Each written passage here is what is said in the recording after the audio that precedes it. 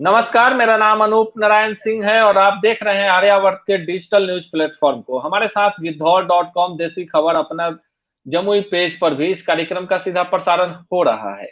लगातार कोरोना ने जिस तरह से हमें अपने घर के अंदर कैद रहने पर मजबूर कर दिया है, ऐसे दौर में आपके अंदर निराशा नहीं हो, सकारात्मक चीजें आप तक पहुंचे और कुछ नया प्रयोग हो और कई सारे लोगों के लिए हम बेहतर विकल्प साबित हो, इसलिए हमने आर्यावर्त के पेज से ये प्रयोग किया है। आपको बताते हुए अपार हर्ष हो रहा है कि महज 15 दिनों में 7 लाख लोगों ने हमारे जितने भी कार्यक्रम आ रहे हैं उनको देखा है और आज 7,000 जो हमारे नियमित जो पेज को पसंद करने वाले लोग हैं, 7,000 लोगों ने हमारे पेज को पसंद कर लिया। एक एक लोग हमारे लिए काफी अहमियत रखते हैं।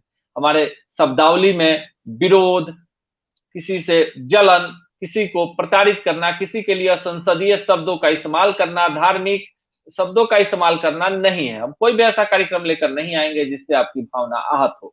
हमारे साथ बने हुए हैं विकास चंद्र गुड्डू बाबा। आज का जो सब्जेक्ट है इस पर कई सारे जानकार लोग जुड़ेंगे। थोड़ा सा गंभीर विषय है, कोरोना काल में शिक्षण संस्थानों पर क्या प्रभाव पड़ता है। इसके लिए हमने पटना के कई निजी विद्यालयों को भी आमंत्रण भेजा था, लेकिन उन लोगों ने कहा कि अभी तक कोई गाइडलाइन उनके पास नहीं है, इसलिए कुछ नहीं बोल सकते हैं। उल्टे लोग उन्हीं को उनकी खिंचाई शुरू कर देंगे। विकास चंद्र गुड्डू बाबा जो है ये सामाजिक कार्यकर्ता हैं और जनहित के मुद्दों की लड़ाई लड़ते हैं। विषय काफी गंभीर है, इस पर हम चर्चा करेंगे। बहुत सारे लोग हमारे साथ धीरे धीरे जुड़ते चले जाएंगे। धनंजय कुमार सिन्हा जुड़ेंगे, गुरु रहमान जुड़ेंगे, साथ ही साथ हमारे साथ अभय कुमार सिंह जी जुड़ेंगे और बहुत सारे लोग हमारे साथ जुड़ेंगे। और इस विषय पर संजीव जी हमारे साथ जुड़ गए हैं जो काफी अच्छे जानकार हैं। और विषय भी आज हमने चुना जो है, विषय जो है, और आज से ट्विटर पर भी आप इसका लाइव देख सकते हैं, यूट्यूब पर देख सकते हैं और बहुत सारे प्लेटफॉर्म है। क्योंकि हम अभी सीखने के दौर में, अभी महज 10 दिनों में जो कुछ हो सकता है हम आपके लिए कर रहे हैं। विषय कोरोना काल का शिक्षा जगत पर प्रभाव और बिहार जैसे राज्यों में इसका क्या प्रभाव है। हम विषय प्रवेश करा दें, उसके बाद गुड्डू बाबा और संजीव सिंह जी काफी जानकार लोग हैं और काफी उम्दा वक्ता भी हैं। निजी कोचिंग संस्थानों की बात करें तो पटना में पिछले 1 साल से पूरी वीरानी छाई हुई है। महंगे महंगे कोचिंग संस्थान है, चाहे वो मेडिकल इंजीनियरिंग की तैयारी कराने वाले हों या आईएएस आईपीएस की तैयारी कराने वाले। कुछ अच्छे संस्थान है, कुछ बड़ी ऊंची दुकान फीकी पकवान है, लेकिन बच्चे आते हैं पढ़ने के लिए, नौकरी हो जाती है। कुछ नहीं हुआ तो सिपाही बन जाएगा, दरोगा बन जाएगा। बिहार में भी नौकरियों की कुछ ना कुछ बाहर आ गई है। एसएससी, रेलवे जैसी परीक्षाओं के लिए पटना काफी बढ़िया हब है। अनंत कुमार जैसे शिक्षक भी हैं, बहुत सारे शिक्षक हैं और मेडिकल आईआईटी की तैयारी भी बहुत अच्छी हो जाती है। लेकिन पिछले 1 साल से कोचिंग संस्थानों में वीरानी छाई हुई है। निजी शिक्षण संस्थानों की बात करें तो 90% ऐसे स्कूल हैं जो किराए के मकान में चलते हैं, जहां पे जो बच्चे पढ़ते हैं मिडिल क्लास के पढ़ते हैं। क्योंकि अब इनकम हो नहीं रहा है तो ऑनलाइन क्लास का कोई फी नहीं देता है, बच्चों ने स्कूल छोड़ दिया है। जो 10% स्कूल हैं वो बड़े घरानों के हैं, काफी चमक धमक है। हर किसी को इस बात का गर्व होता है कि मेरे बच्चे इतने प्रतिष्ठित विद्यालयों में पढ़ रहे हैं। उन विद्यालयों ने फरवरी मार्च में ही मोटा डोनेशन वसूल लिया, किताबें भी बेच दी और ड्रेस भी बेच दिया। अब असली मुसीबत शुरू हुई। अब उन लोगों ने बच्चों का ऑनलाइन क्लास शुरू कर दिया। आप सोचिए कि 7-8 साल का बच्चा अगर दिन में 6 घंटे मोबाइल में लगा रहेगा तो उसके दिमाग और आंखों पर क्या प्रभाव पड़ेगा, ये अलग बात है। दूसरा आर्थिक प्रभाव यह है कि उन विद्यालयों में पढ़ने वाले बच्चों के अभिभावकों को रोज विद्यालय प्रबंधन की धमकियों का सामना करना पड़ता है कि अगर समय से आपने फी नहीं जमा किया तो आपके बच्चे को ऑनलाइन क्लास से अलग कर दिया जाएगा। और बीच में टेस्ट और परीक्षा का भी बहाना बना दिया जाता है। सरकार का कोई नियंत्रण नहीं है, जिला प्रशासन का भी कोई नियंत्रण नहीं है। आम आदमी भूख से मर रहा है, कोरोना से मर रहा है। अधिकांश लोग पटना में जो है निजी मकानों में रहते हैं, मकान मालिक भी कोई रियायत करने को तैयार नहीं है। सरकार लंबे चौड़े वादे कर ले, आपको फ्री में वैक्सीन दे दे, फ्री में हॉस्पिटल खोल दे, लेकिन व्यवस्था हमको आपको करनी है। और मानसिक रूप से जितना आम आदमी परेशान हो सकता है इस दौर में परेशान हो रहा है। बावजूद वो जिंदगी की जद्दोजहद में इस आस में जिंदा है कि आने वाले दिन बेहतर होंगे। और ये बेहतर दिन कब होंगे ईश्वर जाने, भगवान जाने, अल्लाह जाने, खुदा जाने और हर वो परम पिता परमेश्वर जाने और वो अलौकिक शक्ति जाने कि अच्छे दिन कब आएंगे। 90% लोगों के रोजी रोजगार बंद हो गए हैं, कब खुलेंगे कुछ पता नहीं है। निजी शिक्षण संस्थानों पर बात करेंगे, कोरोना में अगर उनका भी दुख दर्द है उस पर भी चर्चा करेंगे। गुड्डू बाबा, काफी अच्छी बहस है और एक सार्थक बहस हम चाहेंगे कि इस विषय पर हो। गुड्डू बाबा। बहुत अच्छा विषय आपने रखा अनूप जी, इसके लिए आप बधाई के पात्र हैं। क्योंकि किसी भी सभ्य समाज का, सोसाइटी का जो है बैकबोन जो है, वो रीढ़ जो है वो शिक्षा ही होता है। और जी शिक्षा पर सबसे ज्यादा असर पड़ा है कोरोना का, इसमें कहीं दो राय नहीं है। क्योंकि जी बच्चे स्कूलों से बिल्कुल कट चुके हैं, और जी कोई भी आदमी है, सामान्य नागरिक भी जो किसी काम से जुड़ा होता है, उसको बहुत दिनों तक यदि आप अलग रख देंगे तो फिर उसे उस पटरी पर आने में काफी समय लगता है। तो बहुत सारे बच्चे जो हैं, अधिकांशतः बच्चे जो हैं, वो स्कूलों से दूर होने की वजह से जो पढ़ाई में उनका जो एक बना हुआ था सिलसिला, वो निश्चित तौर पर टूटा है, और ये बहुत बड़ा नुकसान है इस कोरोना के काल में। रहा सवाल प्राइवेट शिक्षण संस्थानों का, कोचिंग संस्थानों का, तो चूंकि सरकार की व्यवस्थाएं जो सरकारी स्कूलों में होने चाहिए, वह बिल्कुल निम्न स्तर की रही लंबे समय से। ये जी अलग विषय, उसके लिए हम लोग कभी करेंगे।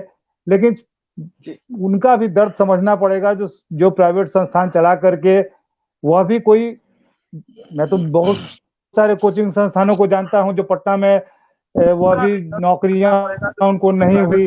उन्होंने, कुछ लोगों ने जिद किया कि नहीं मैं बच्चों को शिक्षा दूंगा, जिद के तौर पे वो आए, और उन्होंने अच्छा काम भी किया है।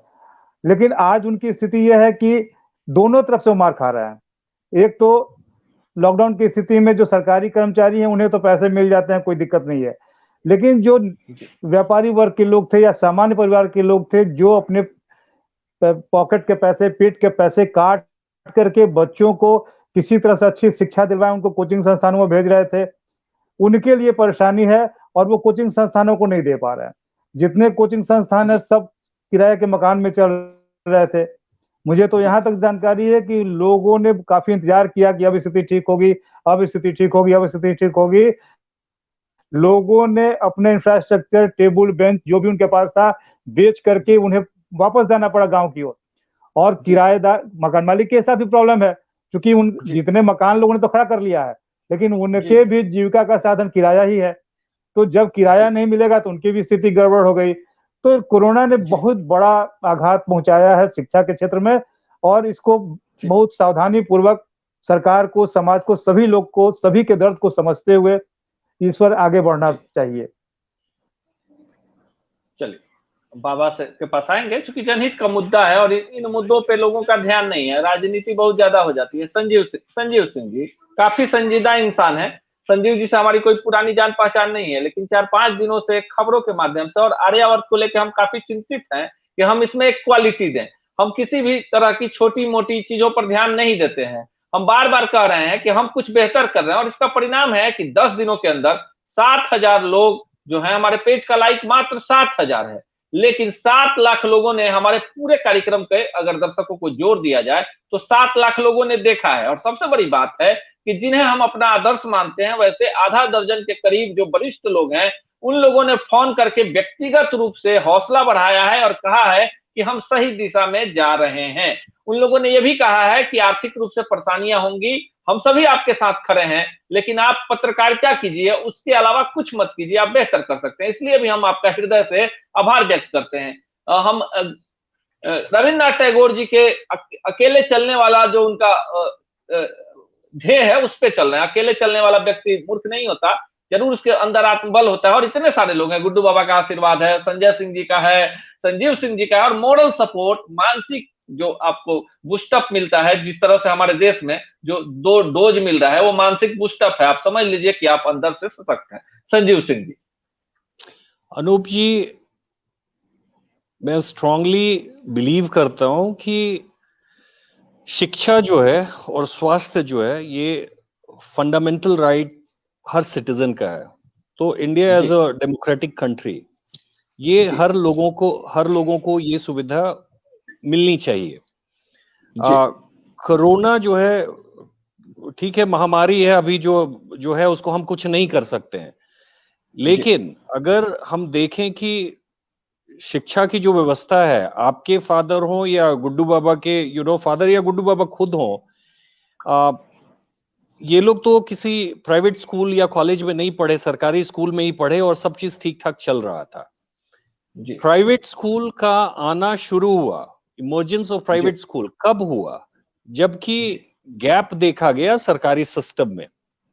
जी आज सबसे दुख की बात यह है कि मेरे बच्चे, मुझे कोई दिक्कत नहीं है, हमारे जैसे लोगों के जो बच्चे हैं, या मैं भी, मेरी भी जो पढ़ाई लिखाई हुई प्राइवेट स्कूल में हुई और ठीक ठाक हुआ। आज कोरोना के समय में जी हमारे जैसे लोगों के जो जो बच्चे हैं, उनका कुछ भी नहीं रुका है। जैसे क्लासेस चलते थे, A to Z क्लासेस उनके चल रहे हैं। फिजिकल एक्टिविटीज हैं, उसके लिए भी जो करिकुलम है, मैं एकदम खुल के बताऊं कि वीडियोस पे उनको एक्टिविटीज दिए जाते हैं। बॉल को बाउंस करके दिखाना, या योगा करके दिखाना, या कुछ करके दिखाना। स्कूल दे आर ट्राइंग, वो हद तक कोशिश कर रहे हैं कि उनका फिजिकल ग्रोथ भी होता रहे। लेकिन वो कितना परसेंट है? मे बी शायद 5% भी नहीं होगा देश की आबादी की। गांव की अगर बात करें, मैं गया था अभी 4-5 दिन पहले, गांव की नहीं, शहर में भी जिनके बच्चे, जिनके पास साधन नहीं है, प्राइवेट स्कूल में भी हर प्राइवेट स्कूल के पास वो कैपेबिलिटी नहीं है। जो टियर 2 या टियर 3 स्कूल हैं, उनके पास ऑनलाइन साधन नहीं है, या अगर उनके पास है तो जैसा अनूप जी आपने बोला, एक कमरे के मकान में या 2 कमरे के मकान में रह रहे हैं। आप किस कोना, उस मकान के किस कोना में बच्चे को एक डेस्क लगा के शांति पूर्वक आप दे सकते हैं? उसके पास इंटरनेट हो, उसके पास लैपटॉप हो, उसके पास मोबाइल डिवाइस हो, ताकि वो ऑनलाइन क्लासेस कर सके। अगर स्कूल दे भी रहा है तो शायद घर वाले नहीं कर सकते हैं, और बहुत सारे स्कूल हैं नहीं। अगर सरकारी स्कूल की देखें, जहां की शायद देश की 60 या 70% आबादी के बच्चे वहीं जाते हैं आज भी, क्योंकि 60% या 70% आबादी आज भी गांव में रहती है, तो उन बच्चों का तो पढ़ाई खत्म है, बिल्कुल खत्म है। तो दुख इस बात की है कि as a India, as a democratic country, हम सिटीजन को, आई मीन किड्स जो हैं, उनको हम डिप्राइव कर रखे हैं शिक्षा से। तो तकलीफ होती है। मुझे नहीं मालूम है कि हम लोग, जो हुआ सो हुआ। अभी भी अगर व्यवस्था जाग जाए, मैं फिर सरकार की बात बोलूंगा तो लगेगा पॉलिटिकल है। अभी भी सरकार अगर जाग जाए, हम कुछ सुधार सकते हैं। क्योंकि जो प्रॉब्लम्स जब आते हैं ना, प्रॉब्लम्स जो आते हैं, उसको अपॉर्चुनिटी की तरह लेना चाहिए। प्रॉब्लम आया, इफ वी कंसिडर इट, अगर अपॉर्चुनिटी की तरह हम इसको कंसिडर करेंगे, तब हम सॉल्यूशन की तरफ बढ़ेंगे। तो ये प्रॉब्लम है, ये अच्छा जो कि हमें सीख दे रहा है कि फ्यूचर के लिए कुछ आप बनाइए। तो ये अच्छा समय है। मैं बोलूंगा कि सरकार, राज्य की सरकार, देश की सरकार से मैं अपील करूंगा कि सिविल सोसाइटी को जोड़ें, इंटेलेक्ट्स को जोड़ें। बहुत अच्छे अच्छे लोग हैं हमारे देश में, उनको जोड़ें, सलाह मशवरा करें, और एक व्यवस्था बनाएं कि कैसे बच्चों को पढ़ाया जा सकता है। क्योंकि बैकबोन, जो देश का बैकबोन है, वो बच्चे ही हैं। अगर उनको शिक्षा नहीं मिला तो आगे चल के वो हमारा समाज को वही बनाएंगे, या तो समाज को वही बिगाड़ेंगे। हमारे जैसे ही लोग पढ़ के कुछ अच्छा करते हैं, या चोर बदमाश बन के बुरा करते हैं। तो शिक्षा बहुत जरूरी चीज है समाज के लिए। जी, चलिए चलते हैं संजय सिंह जी के पास। हमारे साथ आरके झा सर जुड़ गए हैं, टीचर हैं, ऑथर हैं, लेखक हैं, रीजनिंग के बिहार के बड़े शिक्षक हैं। हमारे साथ थोड़ी देर में जुड़ेंगे गुरु डॉक्टर एम रहमान। और हमने निमंत्रण भी भेजा है कोचिंग एसोसिएशन ऑफ बिहार के जो अध्यक्ष हैं, वो भी हमारे साथ अगले 10 मिनट में जुड़ जाएंगे। संजय सिंह जी, क्योंकि हमने देखिए गुड्डू बाबा संजय सिंह जी को आप रोज इस चैनल पर इसलिए देख रहे हैं कि दोनों लोग, कोई ईमानदार व्यक्ति ही इस दौर में, जब आप कुछ बोलते हैं तुरंत कमेंट निगेटिव आता है, लेकिन हमारे चैनल पर ये सब नहीं चलता है। हम व्यक्ति विशेष को लेकर नहीं चलते, हम विचारधारा को लेकर चलते हैं। गुड्डू बाबा कोर्ट में लड़ते हैं तो अपने लिए नहीं लड़ते हैं। संजय सिंह अगर आज कुछ बेहतर करना चाहते हैं, शिक्षा के क्षेत्र में, स्वास्थ्य के क्षेत्र में, रोजगार के क्षेत्र में, अपने दम पर करना चाहते हैं, भीख मांग कर नहीं करना चाहते, ना अनुदान मांग के करना चाहते हैं। 10 रुपए है तो वो चाहते हैं कि 10 रुपए से 100 लोगों का भला हो जाए। चलिए आरके झा जी, हम आपके पास भी आएंगे, और हमारे साथ अन्य मेहमान जुड़ रहे हैं। प्रोफेसर संजय सिंह जी को सुन लें, विषय काफी गंभीर है और अब तेजी से बातचीत करते चले। संजय जी। जी नमस्कार। बात ऐसी है कि अब फिर बात वहीं आके अटकती है कि कंपेयर करने लगे तो सब लोग को गुस्सा आ जाता है जो लोग बिहार के अंदर में हैं। मगर ये मैं कहना चाहूंगा कि बिहार में जो परिस्थितियां हैं बाकी स्टेट्स में नहीं है। आप कुछ साल पीछे जाएंगे आप 1980s या 90s में ओडिशा हम लोग से भी पीछे रहा करती थी। मगर आज का डेट में देखें वहाँ का इंफ्रास्ट्रक्चर बोलिए या वहाँ का रोड्स बोलिए या वहाँ का जो भी लाइफस्टाइल बोलिए या सब कुछ इतना बेहतर हो चुकी है। वो लोग डेवलप इस तरह से कर रहे हैं जैसे कि उनको देख के सीखने वाला परिस्थिति बिहार में आ गई है। जी आज एजुकेशन सिस्टम में कहीं पे भी आप तेलंगाना चले जाइए, कर्नाटका चले जाइए, महाराष्ट्र चले जाइए, वहां पे स्टूडेंट्स को जो है ऑनलाइन क्लासेस के जरिए कुछ ना कुछ एटलीस्ट एंगेज रह के एक एज होती है, वही एज में एजुकेशन पॉसिबल है। आज मैं कितना बार सोचता हूँ कि मैं चिकागो जाऊं, बूथ यूनिवर्सिटी से सॉरी वहाँ का यूनिवर्सिटी से एमबीए फिर से करूं। खैर मेरे पास एमबीए डिग्री है, फिर भी मैं चाहता हूं कि वहां जाके एमबीए करूं, मगर वो पॉसिबल नहीं हो रही है। हर चीज का एक उम्र होता है, वही उम्र में पॉसिबल होता है। ये जनरेशन जो है इन लोग को थोड़ा सा गैप हो गई है। खैर ये पैंडेमिक है, पैंडेमिक सिचुएशन में गवर्नमेंट भी कुछ नहीं कर सकेगी, हम लोग भी कुछ नहीं कर सकेंगे, क्योंकि अभी स्कूल्स खोलना भी बहुत डेंजर है। और ये जो थर्ड वेव आ रही है ये औरतों और बच्चों के ऊपर जो जिस तरह से कुछ देर पहले मैं बहुत सारे रिसर्च कर रहा था या अपने आप को अपडेट करने का कोशिश कर रहा था, तो ये सब में यही दिख रही है कि थर्ड वेव बच्चों के लिए बहुत ही मुश्किल परिस्थिति लाने वाली है। तो फिर अब ये क्वेश्चन आता है कि अगले 1 महीना 2 महीने 3 महीने कब तक फिर बंद रखना पड़ जाएगा। ये जनरेशन जो आएगी ये लोग को एक गैप हो जाएगा लाइफ में, क्योंकि स्कूलिंग जो होती है 4 बच्चे एक साथ जहां एक जगह बैठेंगे उसमें सीखना और घर में अकेले बैठ के कंप्यूटर पे सीखना या अपने मोबाइल पे सीखना बहुत ही फर्क देता है। वहां पे फिजिकल एक्टिविटीज भी मिलती हैं, सब भी मिलती हैं। तो ये सब थोड़ा सा मुश्किल वाली घड़ी है। अब कैसे कोप अप करेंगे, अभी जो लॉस वो लोगों को हुआ है वो आगे जाकर सरकार वो लोग के लिए क्या। संजय जी आप बहुत अच्छी बातों को रख रहे हैं। हम थोड़ा सा विषय को, क्या है कि आजकल लोगों के पास विषय है और हमारे साथ 3 नए मेहमान और जुड़ गए हैं। गुरु डॉक्टर एम रहमान है, 11 रुपया में आईएएस से लेकर दरोगा, कलेक्टर, सिपाही बनाते हैं और बनाते हैं, डंके की चोट पर बनाते हैं। ये कोई दिखावा या प्रचार का माध्यम नहीं है, खून भी देते हैं। उम्र है 47 साल, 46 साल और 48 बार ब्लड डोनेट कर चुके हैं। हमें भी जरूरत होती है किसी पत्रकार को या किसी भी अर्चित परिचित को, इनके पास 500 यूनिट ब्लड अपने जन्मदिन के अवसर पर ये पीएमसीएच में जमा करवाते हैं। जिस किसी को जरूरत पड़ती है, जात धर्म नहीं पूछते हैं, इसलिए हम इनको भी जोड़ा है हमने इनको। ये ऐसे भी शिक्षक हैं पटना में जिन पर गर्व किया जाए। हमारे साथ मुन्ना जी जुड़े हुए हैं जो एम सिविल सर्विसेज के डायरेक्टर हैं, एम सिविल सर्विसेज के डायरेक्टर हैं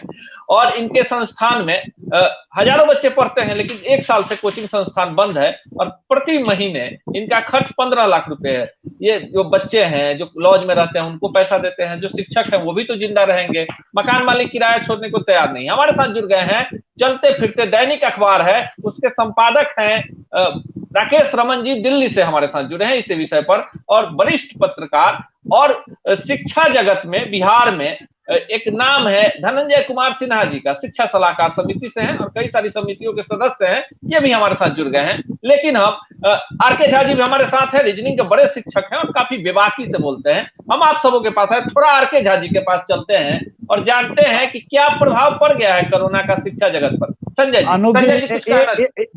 हाँ 30 सेकेंड्स प्लीज। अभी यहाँ पे जो लोग भी शिक्षा मतलब यहाँ से जुड़े हुए हैं, आप लोगों से मेरा एक रिक्वेस्ट है, आप लोग जो स्टूडेंट्स को आपके यहाँ जो शिक्षा देते हैं उसमें एक चीज जरा इंक्लूड करिए और थोड़ा सा प्रोत्साहन दीजिए वो लोगों को, बच्चों को, और उन लोग का दिमाग में थोड़ा सा डालिए कि आप लोग जो एजुकेशन लेंगे, हायर एजुकेशन लेंगे, उससे बिहार के लिए कुछ करें। जी काफी अच्छी बात है, हम भी आपका समर्थन करते हैं। आरके झा जी, आरके झा जी जी बोलिए। और सबसे पहले तो शिक्षा पर ये हम लोगों की एक पर चर्चा हो रही है, तो अभी कोरोना पिछले साल से ही कोरोना का समय हम लोग देख रहे हैं, और जिसमें सबसे ज्यादा अगर प्रभावित हुआ है तो वह शिक्षा ही प्रभावित हुआ है। बच्चों से लेकर जो कंपटीशन की तैयारी कर रहे हैं उनके लिए एक घोर संकट का सामना करना पड़ रहा है। घर में जो बच्चे हैं उनके पास कोई और दूसरा कोई संसाधन नहीं है कि वह किस प्रकार से ऑनलाइन का शिक्षा लें। अगर ऑनलाइन भी अगर हो रहा है तो बहुत समुचित तरीके से नहीं हो पा रहा है, क्योंकि बिहार हमारा एक ऐसा प्रदेश रहा है जहां पर बिजली की समस्या तो करीब करीब समाप्त है, लेकिन फिर भी अभी भी बहुत ऐसे सुदूर क्षेत्र हैं, देहात हैं, जहां पर बिजली की समस्या है, मोबाइल नेटवर्क नहीं मिल पाता है, जिसके कारण जो है ऑनलाइन शिक्षा भी संभव हो नहीं पा रही है। जहां तक कंपटीशन तैयारी करने वाले छात्र हैं उनके सामने भी यही समस्या आ रही है। तो जरूरत इस बात की है कि हम लोग इसके लिए क्या कर पा रहे हैं।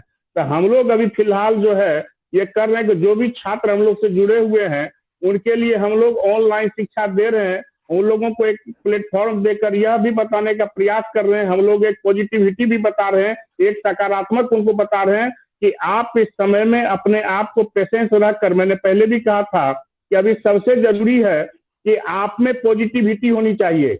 अगर पॉजिटिविटी रहेगी, सकारात्मकता रहेगी तो आप में एनर्जी आएगा आपका, और फिर एनर्जी अगर आएगा तो फिर आप में पेशेंस भी आएगा। तो अभी तीनों चीज की आवश्यकता है। हम लोग जिस चीज की तैयारी कंपटीशन के लिए कर रहे हैं उसको भी अच्छे तरीके से पढ़ें, उस पर अपने रिलेटेड शिक्षक से भी हम लोग जो है उस पर जो है क्वेश्चन करें, उनसे जवाब लें। और जो बच्चे छोटे बच्चे हैं उनके लिए जरूरी है कि वो अपने पेरेंट्स से जो है, जिनके पेरेंट्स सक्षम है या जिनके घर में बड़े लोग हैं या जो शिक्षक से जुड़े हुए हैं, वो कैसे पढ़ें, क्या पढ़ें, कुछ न कुछ वो पढ़ते रहें, ताकि उनका दिमाग जो है, उनका ब्रेन जो है वह इधर उधर नहीं भटके। इसके लिए जरूरी है कि वो अपने पढ़ाई को चालू रखें। और ये चूंकि अभी समय ऐसा है कि हम लोग इसके अलावा कुछ कर नहीं सकते, और ये अभी लंबे समय तक चलेगा, क्योंकि तीसरे वेव की भी जानकारी आ रही है, और खास करके राजस्थान में बहुत सारे बच्चे जो है वह तीसरे वेव में आ चुके हैं।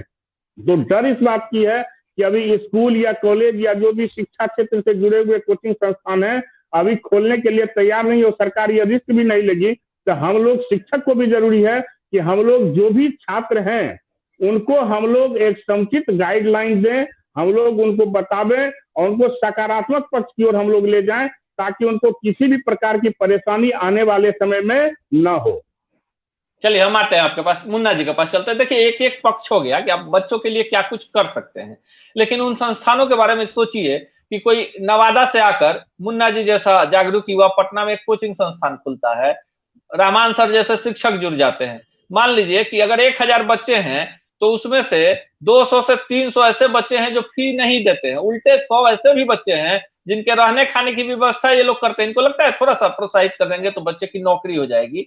संजीव सिंह जी एनआरआई हैं, हमारे साथ जुड़े हुए हैं, और संजय सिंह जी हैदराबाद से हैं, व्यवसायी हैं। और आप लोगों को जानना चाहिए कि बिहार में पॉजिटिव चीजें भी हैं, लोग कर रहे हैं। मुन्ना जी, 1 साल से कोचिंग संस्थान बंद है, मकान मालिक किराया ले रहा है, जो शिक्षक आपके भरोसे हैं वो कहाँ जाएंगे? उनका भी घर परिवार है, जाहिर सी आपकी भी एक बाध्यता होगी, सबका घर परिवार लेके चलना है। सरकार को कोई फुर्सत नहीं है, टैक्स चाहिए आपसे, बैंक से लोन आपने लिया है, बैंक को लोन चाहिए। और जो बच्चे हैं ऑनलाइन में कोई पैसा नहीं देता है, कोचिंग संस्थानों में तो नहीं देता है। जो बड़े विद्यालय हैं, निजी विद्यालय हैं, वो जानते हैं कैसे पैसा ले लेना है लोगों से। आप एक संचालक हैं, एक कोचिंग, बेहतर कोचिंग संचालक है, एम्स सिविल सर्विसेज है आपका। और तो हम आपसे जानना चाहेंगे कि 1 साल का अनुभव कैसा रहा और अब अगला क्या होगा अगर इसी तरह व्यवस्था रही तो? मुन्ना जी। देखिए, यह तो बहुत बड़ी बात है कि यह जो कोरोना काल में जो मानसिक तौर पे जो जितने भी शिक्षक हैं हमारे यहाँ या फिर पूरे बिहार, पूरे जो भी शिक्षक शिक्षा से जुड़े हुए हैं, उनके साथ तो यह जो काल है वह महाकाल साबित होगा, क्योंकि उनके लिए यह जो रोजगार था वो पूरी तरह से खत्म हो चुका है। खाने के लिए यह डिपेंड थे, पूरी तरह से डिपेंड थे इस रोजगार पे कि मैं बच्चों को पढ़ाऊंगा तो मुझे 2 वक्त की रोटी और रहने खाने अपने बच्चों को पढ़ाने के लिए पूरी व्यवस्था हो जाएगी। लेकिन यह जो कोरोना आया है, यह समझिए तो मानसिक तौर पर यह बीमार कर दिया है सारे शिक्षकों को।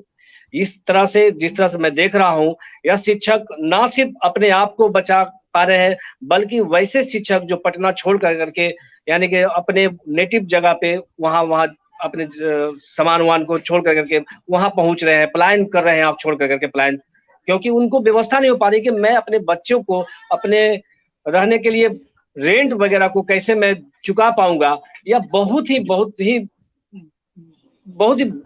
मानसिक तौर पे समझ लिए कि वो परेशान हो चुके हैं कि मैं क्या कर पाऊंगा इस बीच में। जो लगातार जिस सिस्टम में थे वो पूरा सिस्टम ही मतलब कि खत्म हो गया है।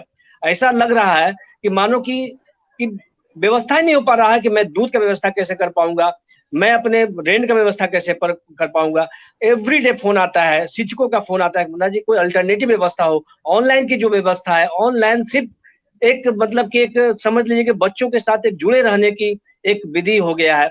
बच्चे के साथ मैं जुड़ा हुआ हूँ, मेरा भी ऑनलाइन चल रहा है, रहमान सर लाइव क्लासेस चल रहा है, एम सिविल सर्विसेज चल रहा है, उसके बाद धुरीना एप्लीकेशन, बहुत सारे एप्लीकेशन से बच्चे को जोड़ के रखे हुए हैं, लेकिन उससे उतनी आमदनी नहीं हो पाती है जितना कि सारे शिक्षकों को जिस आमदनी की जरूरत है उतना दिया जा सके। तो यह जो काल आया है, जो महाकाल मतलब दिखने को मिल रहा है कि नहीं, इससे तो लग रहा है कि आदमी रो तो रहा है लेकिन दिखा नहीं पा रहा है, अंदर अंदर रो रहा है आदमी की क्या होगा आगे। जिस तरह से मतलब 2020 गुजरा, जिस तरह से 2021 गुजर रहा है, ऐसा लग रहा है कि लगता है कि 2022 कैसा होगा। इस तरह से लोग परेशान है अपने आप को सोच कर करके कि आगे की लाइफ, आगे का मेरा बच्चों का भविष्य और आगे का मेरा परवरिश कैसे होगा, इस तरह से लोग परेशान है। और जहां तक रेंट की बात है, मकान मालिक भी उस तरह से बोल पा रहे हैं कि मैं क्या करूं, मुझे भी तो बिजली बिल देना है, मुझे भी तो ईएमआई देना है, मैं आपको रेंट कैसे छोड़ दूं। तो एक अलग से परेशानी है, वो परेशानी को भी मतलब भुलाया नहीं जा सकता है। तो इन सब बातों को देखते हुए ऐसा लगता है कि इस तरह से शिक्षक जगत में, यानी शिक्षा जगत में हमको लगता है कि बहुत बड़ा भूचाल आ गया है।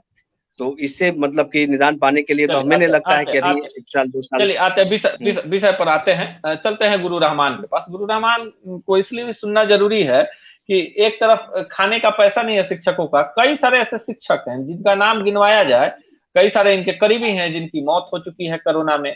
बहुत सारे ऐसे लोग हैं जो एकदम हताश हो गए, उन्हें अब नहीं लगता है कि वो उठ के खड़ा हो पाएंगे, पढ़ा पाएंगे। ऐसे दौर में गुरु रहमान जो है एक तरफ लोगों को हौसला तो दे ही दे रहे हैं। मैं आज एक वीडियो देख रहा था भागलपुर में, इनके शिष्यों द्वारा इनके सहयोग से लोगों को खाने पीने की वस्तुएं दी जा रही है। सुबह सुबह पहला फोन इनका आया, इन्होंने कहा कि अनूप जी अगर कोई आपके परिचित पटना में ऐसे व्यक्ति हो जिन्हें खाने पीने की वस्तुएं नहीं हो तो आप बोलिए, उनका कोई फोटो वोटो कोई बच्चा नहीं खींचेगा, हमारे यहाँ आलू है, चावल है, आटा है, दाल है, और उनके घर तक किसी बच्चे के माध्यम से, उचित माध्यम से पहुंच जाएगा। देखिए अच्छा लगता है जब हम डूब रहे हो और तिनका भी नजर आता है तो कहा भी गया तिनके का सहारा।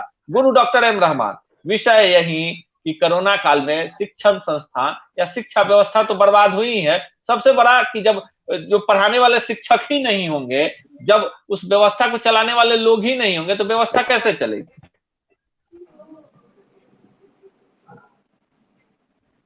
जी सबसे पहली बात है कि मैं आपके चैनल आर्यावर्त को, गुड्डू बाबा को, अपने मित्र आपको धनंजय भाई को, आर.के. झा को, संजय भाई को और अपने छोटे भाई मुन्ना को आपको शुभकामना दे रहा हूं कि आप लोग हम लोग एक साथ जुटे हुए हैं। एक बात स्पष्ट रूप से बता दें कि ये जो महामारी है, ये महामारी केवल और केवल किसी पार्टिकुलर क्षेत्र में नहीं है, पूरे भारत स्तर पर है और निश्चित रूप से शिक्षा जगत इससे सबसे ज्यादा प्रभावित हुआ है। और हम लोगों ने कभी जिंदगी में नहीं सोचा था कि इस तरह का दिन भी आएगा कि जब हम लोग इतना भयावह परिस्थिति से गुजरेंगे। एक हंसता खेलता सब कुछ अचानक कोरोना ने बर्बाद कर दिया है। तो स्वाभाविक है कि इस परिस्थिति में जब ये भयावह परिदृश्य सामने आया है तो उस पर माथा पीटने से ज्यादा अच्छा मुझे लगता है कि अभी हम लोग जिस अवस्था में हैं, चाहे ऑनलाइन के माध्यम से, कहीं ऑनलाइन कभी भी ऑफलाइन का विकल्प नहीं ना हो सकता है, ना हुआ है, ना ही होगा, लेकिन उसके बावजूद भी हम लोग ऐसा काम कर रहे हैं। और टुकड़ा रोने से क्या फायदा कि हम लोग के पास दिक्कत है। वास्तविकता ये है कि हम लोग पास रेंट बढ़ रहा है, टीचरों को देख रहे हैं, लेकिन इतना तय है कि संकट के दिन कटेंगे और ये कोरोना रूपी त्रासदी की समाप्ति होगी और ये 2020 और 2021 एक जीवन पर एक अमिट छाप छोड़कर जाएगा और लोगों की औकात तो पता चलेगी ही, लेकिन स्पष्ट रूप से पता चल जाएगा कि शिक्षा के क्षेत्र में शिक्षकों के साथ किस तरह की अवस्था से हम लोग गुजरे हैं, यह हम लोग भूल नहीं पाएंगे। मैं इस समय केवल यह कहूंगा कि तीसरे फेज का नाम लेकर घबराने से और पहले से चिंतित हो जाने से हमारे अन्य शिक्षक साथियों के समान मर जाने से ज्यादा बेहतर है कि इस समस्या का डटकर मुकाबला किया जाए और जिस तरह से हो येन केन प्रकारेण छात्रों को छात्राओं को किसी भी माध्यम से आपको ऑनलाइन के माध्यम से थोड़ा सा ही सही हम लोग अगर गाइड कर पा रहे हैं तो करें। और निश्चित रूप से ये संकट का बादल है, लेकिन बादल छट जाएगा, हमको पूरा विश्वास है। हम किसी भी तरह के नकारात्मक सोच में नहीं रहते हैं। जब मैंने जिंदगी के तमाम उन कष्टकारी जीवन को जिया है, झेला है, तो निश्चित रूप से यह कोरोना काल को भी हम लोग झेल लेंगे। और मुन्ना जी सा दोस्त और छोटा भाई हमारे साथ है, तो 2020 को हम लोगों ने झेला है, 2021 में देखते हैं कब तक झेल पाएंगे। लेकिन तीसरे लहर आए, राजस्थान में भी सबसे के साथ है, जो छोटे बच्चों को का पढ़ाई नहीं हो पा रहा है, तो निश्चित रूप से तीसरा लहर आएगा तो उससे बचाव की जरूरत है। और बचाव के लिए सरकार प्रयास भी कर रही है, हम लोग भी करें और भगवान से यही प्रार्थना करें कि कोरोना रूपी इस त्रासदी का अंत हो, हम लोग अपने पुराने अवस्था में पहुंच जाए। हमारे आर.के. झा भी बोल रहे थे, सब लोग बोल रहा था, तो निश्चित रूप से मैं घबराने वाला आदमी नहीं हूं, क्योंकि संघर्ष के उस स्थान से मैं उठ कर आया हूं जहां पे परिकल्पना भी नहीं किया सकता है। तो निसंदेह यह संकट का समय बीतेगा और फिर हम लोग अपनी पुरानी अवस्था को प्राप्त करेंगे। अभी कहने की कोई आवश्यकता नहीं है कि शिक्षा जगत पूरी तरह से बर्बाद हो गया है, हम लोग पूरी तरह से बर्बाद हो गए हैं, लेकिन बर्बादी का आंसू रोने से अच्छा है कि अब मजबूती के साथ फिर से खड़ा होने का प्रयास किया जाए। और मैं दावे के साथ अनूप बाबू आपको कह रहा हूं कि आने वाले कल में कोरोना की त्रासदी के बाद मैं और मुन्ना और धनंजय जैसे आदमी है, गुड्डू बाबा जैसे आदमी है, संजय भाई जैसे आदमी है, और हमारे जो दिल्ली से राकेश रंजन सर जुटे हैं, अगर हम लोग फिर मजबूती से उठेंगे और फिर एक नया इतिहास कायम करेंगे और कोरोना एक इतिहास का पात्र बनकर रह जाएगा, काल कलयुग में समाहित होगा, लेकिन हम कामयाब होंगे और फिर से स्थापित होंगे। क्योंकि कोई भी दिन, कोई भी रात इतनी काली नहीं हुई कि जिसका सुबह नहीं हुआ हो। इस रात का भी सुबह होगा और हम लोग निश्चित रूप से अपने पुरानी अवस्था को प्राप्त करने में सक्षम होंगे। स्वाभाविक है कि अभी विपरीत परिस्थिति है, शिक्षकों के साथ विपरीत परिस्थिति है, हम लोग के साथ विपरीत परिस्थिति है, लेकिन बीपी बढ़ाने, शुगर बढ़ाने और अंत में मर जाने से अच्छा है कि बोल्ड होकर लड़ा जाए, बच्चों का कल्याण किया जाए। यूट्यूब के माध्यम से, खिलौना के माध्यम से ही हम लोग बच्चों को थोड़ा बहुत शिक्षा दे सके, यही सबसे बड़ा पुण्य काम होगा। और ऐसा हम लोग कर रहे हैं, मैं और मुन्ना ऐसा कर रहा हूं। सुबह 6 बजे से लेकर हम लोग 4 बजे तक यूट्यूब ऑनलाइन के माध्यम से बच्चों के साथ पढ़ रहे हैं। पैसा आए ना आए उसकी कोई फिक्र नहीं, लेकिन पैसा आएगा और फिर हम लोग अपनी पुरानी अवस्था को प्राप्त करेंगे। यह पूरी विश्वास के साथ मैं आपके आर्यावर्त चैनल को कह रहा हूँ। संजय जी कुछ कहना चाह रहे हैं, उसके बाद आते हैं राकेश रंजन जी और धनंजय जी। आप लोग अभी नहीं बोले हैं, आप लोगों को भी सुनते हैं जी। संजय जी अनूप जी, आज जो आप टॉपिक लेके आए हैं, तो इसके अंदर मैं थोड़ा 5 मिनट के लिए कुछ बातें करूंगा। मुन्ना सर के लिए या रहमान सर के लिए, झा सर भी रहते तो अच्छा रहता। मेरा एक आदर्श जी थोड़ा जुड़ जाए तो मैं अपना तो बात हम आपको रखूंगा। हम देंगे, हम 5 मिनट आपको देंगे। तब तक थोड़ा सा राकेश रमन जी हैं, वरिष्ठ पत्रकार हैं, बिहार के पृष्ठभूमि के हैं और अखबार है इनका चलते फिरते, और अखबार से शायद सब लोग आप लोग परिचित है। आर्यावर्त समूह में चलते फिरते भी शामिल है। और कहीं ना कहीं जब 10 मई को गुड्डू बाबा के प्रेरणा से हमने और आप सबों के प्रेरणा से और खासकर गुरु रहमान ने जब कहा था कि अकेले चलना बेहतर है, जिस दौर में लोग आपका पैर खींचना शुरू कर दें और आपके अंदर वो ताकत है जो आप आगे लेकर जा सकते हैं। 7,066 लोग 15 दिनों में हमारे साथ जुड़े हैं और 7 लाख लोगों ने हमारे वीडियो को देखा है। और इसमें कौन लोग हैं आपको पता है। अब आर्यावर्त के बारे में बताने की जरूरत नहीं है, लोग अब जानने लगे हैं। और हमने ये कहा है कि हम पैसा कमाने के लिए या किसी का मान मर्दन करने नहीं है, हम पत्रकारिता करेंगे और एकदम ताल ठोक के बिहारी अंदाज में पत्रकारिता करेंगे। जब गुरु रहमान 11 रुपए में आईएएस बना सकते हैं, तो हम एक रोटी खा के गुड्डू बाबा जैसे लोगों को आदर्श मान के पत्रकारिता में आगे बढ़ जाएंगे तो किसी को क्या डर है? हम तो पत्रकार हैं, तो पत्रकारिता ही ना करेंगे, गाना तो गा नहीं सकते हैं। राकेश रमन जी, फिर आ जाते हैं टॉपिक पे कि शिक्षा जगत क्यों बदहाल है, कोरोना में बदहाल है, कैसे बेहतर हो? देखिए अनूप जी, आवाज मिल रही है? जी जी बोलिए। आवाज मिल रही है? हाँ जी बोलिए। देखिए अनूप जी, कोरोना आया है, शिक्षा जगत क्या, हर जगत विपदा में है, हर कोई परेशान है, लेकिन कोई दिक्कत नहीं है। 1 साल गुजार लिए हम लोग, काट लिए, अब ये खत्म होने वाला है। कोरोना है, परेशानी है, और शिक्षा का क्या है? पहले हम लोग पढ़े थे क से काम, ख खाओ, ग से गाओ, घ से घूमो, अंग। पढ़ना बाद में होता है, और जिसको जो पढ़ रहे हैं वो कल भी पढ़ लेंगे। और एक बात तो है, इस कोरोना ने हमको बहुत कुछ सिखाया है, कैसे जीना है, आपदा में, विपत्ति में हम कैसे जी सकते हैं। और ये जानते हैं, सबसे अच्छा मौका है आपको अपने आप को डिस्कवर करने का। मैंने अपने आप में बहुत कुछ ढूंढा है, जो इस कोरोना काल के कहीं नहीं जा सकते थे। हम लोग ऐसा आदमी जो दिन भर चरंतु आदमी, घुमंतरू के तरह घूमते रहते थे, लेकिन जब बैठना पड़ा, लेकिन बैठना मजबूरी है, बैठना होगा, प्रोटोकॉल फॉलो करना होगा, लेकिन इसमें डिस्कवरी खुद किया जाता है। आप ही आज आप लेकर बैठे ना, यूट्यूब शुरू किया आपने ना, आज 50 लोगों को जोड़कर आप भी कहीं पर मार्गदर्शन दे रहे हैं। अच्छा, रही बात, जैसे रहमान सर ने भी कहा, और सही बात है कि घबराने की कोई वजह ही नहीं हमें नजर आ रही है। जब 1 साल हमने काट लिए, तो अब तो कोरोना के कुछ सिम्टम भी पता चल गए। हम तो वो समय काट लिए जब पता नहीं था कोरोना ए है कि बी है कि डी है कि जेड है। आज तो हम कोरोना को हद तक पहचानने भी लगे हैं। तो शिक्षा जगत पर असर पड़ा है, फाइनेंशियल जो आर्थिक बातें हर कोई कर रहा है, हर कोई भुगत रहा है, कोई बोल लेता है, कोई नहीं बोलता है, हर आदमी। लेकिन हाँ, कोरोना ने हमको मिनिमम में, न्यूनतम में जीना भी सिखाया है। कोरोना ने हमको बहुत चीज सिखाया है, बहुत लोगों से जुड़ाया है, बहुत लोगों, और हम लोगों को डिस्कवरी करने का मौका दिया है। हम कहाँ से कहाँ, क्या से क्या, कम से कम इंटरनेट चलता रहा कोरोना में, आदमी बैठकर सर्च करके बहुत सारे नो हाउ, बहुत सारी चीजें लोग निकाल रहे हैं। ना अखबार बंद हुआ, ठीक है, कम हुआ, ना कोई चैनल बंद हुआ, तो ठीक है, एक लिमिटेशन में काम किया गया है।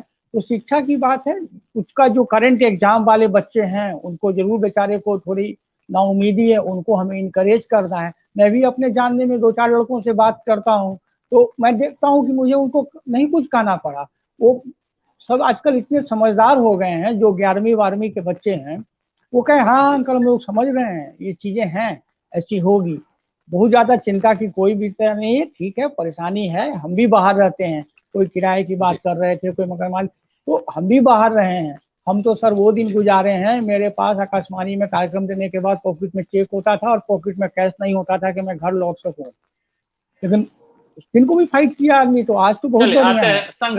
संघर्ष है तो जीवन है, जीवन है तो उम्मीद है, उम्मीद है तो हौसला है। हम आते हैं थोड़ा धनंजय जी को सुन ले। देखिए, विषय जो है, गुरु रहमान ने विषय को पकड़ा, गुड्डू बाबा ने भी पकड़ा, आप लोगों को भी बता दें, विषय ये नहीं है कि बच्चे कैसे पढ़ेंगे। अच्छा, मान लीजिए कि जिन लोगों को आपने देखा, कोचिंग संस्थान के संचालक मर रहे हैं, पत्रकार मर रहे हैं, डॉक्टर मर रहे हैं, जो फ्रंट वॉरियर है, आप लोगों से अलग कैसे हटिएगा? पत्रकार है, आपको खबर लिखना है, अपने मन से तो खबर लिखिएगा नहीं।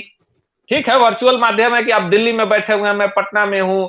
अभी हमारे साथ जुड़े हुए थे संजीव जी, वो पुणे में हैं, एनआरआई हैं। गुड्डू बाबा अपने घर में है, धनंजय जी गिद्धौर में है, गुरु रहमान पटना में है, नवादा से मुन्ना जी जुड़ गए। इस तरह से संजय जी अभी तरैया में, छपरा में है। तो ये एक माध्यम है, लेकिन ये समझना होगा कि इस माध्यम में मान लीजिए खर्च है, कोचिंग संस्थान है, तो कोचिंग संस्थानों पर इसलिए कि बहुत सारी एग्जामें हैं, सरकार को बंद कर देना चाहिए। एसएससी की परीक्षा हो रही है, बिहार में सिपाही की बहाली हुई, दरोगा की बहाली आ रही है। ऐसा नहीं है कि बहाली बंद हो गया, बीपीएससी यूपीएससी सब चल रहा है। देखिए, ये भी बहुत बड़ा इस पर किसी का ध्यान नहीं जा रहा है। पढ़ाई होगी नहीं तो बच्चे बनेंगे कैसे? कलेक्टर कैसे बनेंगे? सिपाही भी कैसे बनेंगे? सब बच्चों का मानसिक लेवल एक जैसा नहीं होता है, ना वो दौड़ सकते हैं, ना वो पढ़ सकते हैं। ऐसे ऐसे ऐसे समय में क्या होगा, थोड़ा सा धनंजय कुमार सिन्हा जी को सुनते हैं। अच्छे वक्ता भी है और पत्रकार भी बहुत अच्छे हैं और शिक्षा पर तो अच्छी पकड़ है। धनंजय कुमार सिन्हा जी। देखिए अनूप जी, शिक्षा का जो कॉन्सेप्ट है ये बृहत है बहुत। तो मैं इसके कई बारीक पहलुओं पर बात करना चाहता हूं कि पहले तो एक इनफॉर्मल एजुकेशन और फॉर्मल एजुकेशन। इनफॉर्मल एजुकेशन में तो आदमी जीवन भर सीखता ही रहता है बिना स्कूल के, और फॉर्मल एजुकेशन जो स्कूली शिक्षा है या कोचिंग की शिक्षा है, जहां पढ़ने जाते हैं बच्चे, विश्वविद्यालय की शिक्षा है। तो इसमें जो क्लासरूम एजुकेशन था, चाहे स्कूल का हो या कॉलेज का हो या कोचिंग का हो, तो उसमें जो डिस्टरबेंस हुआ, जो मुन्ना जी बता रहे थे, सब कुछ जैसे बना बनाया बसाया हुआ सब कुछ लुट गया अचानक, और एक बाय फोर्स एक अलग फॉर्मेट में जाना पड़ रहा है। आज एक ऑनलाइन एजुकेशन जो बता रहे थे रहमान सर की यूट्यूब या सोशल मीडिया के अदर प्लेटफॉर्म, तो आज से 15 साल बाद, आज से 10 साल बाद इस फॉर्म में ऐसे भी जाना था, दुनिया उधर की ओर बढ़ रहा था, लेकिन जबरदस्ती जाना, एक चीज को छीन लेना। आप ख्याल करिए, जब पिछले साल आया था लॉकडाउन, तो अचानक पहले तो सब कुछ ठप सा बैठ गया, ठप बैठा रहा, फिर जब बैठते ही रह गया तो धीरे धीरे ऑनलाइन शुरू हुआ। तो ये जो पूरा सिस्टम है ये ध्वस्त हो गया। लेकिन इसके सकारात्मक भी पहलू है। सकारात्मक पहलू है कि हमें जहां 15 साल पहले पहुंचना था, वहां हम आज ही उसकी शुरुआत कर चुके हैं। ऑनलाइन एजुकेशन की शुरुआत हो चुकी है। और कुछ इंफॉर्मेशन हम आपको देना चाहेंगे, जैसे स्कूलों में बच्चे ऑनलाइन पढ़ाए जा रहे हैं, ऐसी हमें खबर है। उसके बाद कोचिंग के माध्यम से भी ऑनलाइन पढ़ाया जा रहा है, ऐसी भी हमें खबर है। अब यूनिवर्सिटी के मामले में हम एक इंफॉर्मेशन शेयर करना चाहेंगे कि भारत सरकार ने जो पिछली शिक्षा नीति लाई, जिसको लेकर के बहुत डिबेट हुआ था पूरे देश भर में, उस शिक्षा नीति में पुनः एक संशोधन किया भारत सरकार ने। और संशोधन करने के बाद ये तय किया कि ऑनलाइन एजुकेशन को मान्यता इक्विवेलेंट टू क्लासरूम एजुकेशन दिया गया है। ऑनलाइन एजुकेशन मतलब मैं बता रहा हूं, कुछ बड़े यूनिवर्सिटी जो नैक से ए ग्रेड है, नैक से ए प्लस ग्रेड के हैं, एग्जाम्पल के लिए मैं आपको बताता हूं, मणिपाल यूनिवर्सिटी भारत का है, उसको यह अधिकार दिया गया भारत सरकार के द्वारा कि आप जैसे रेगुलर क्लासेस चलाते हैं वैसे ही ऑनलाइन क्लास चलाएं।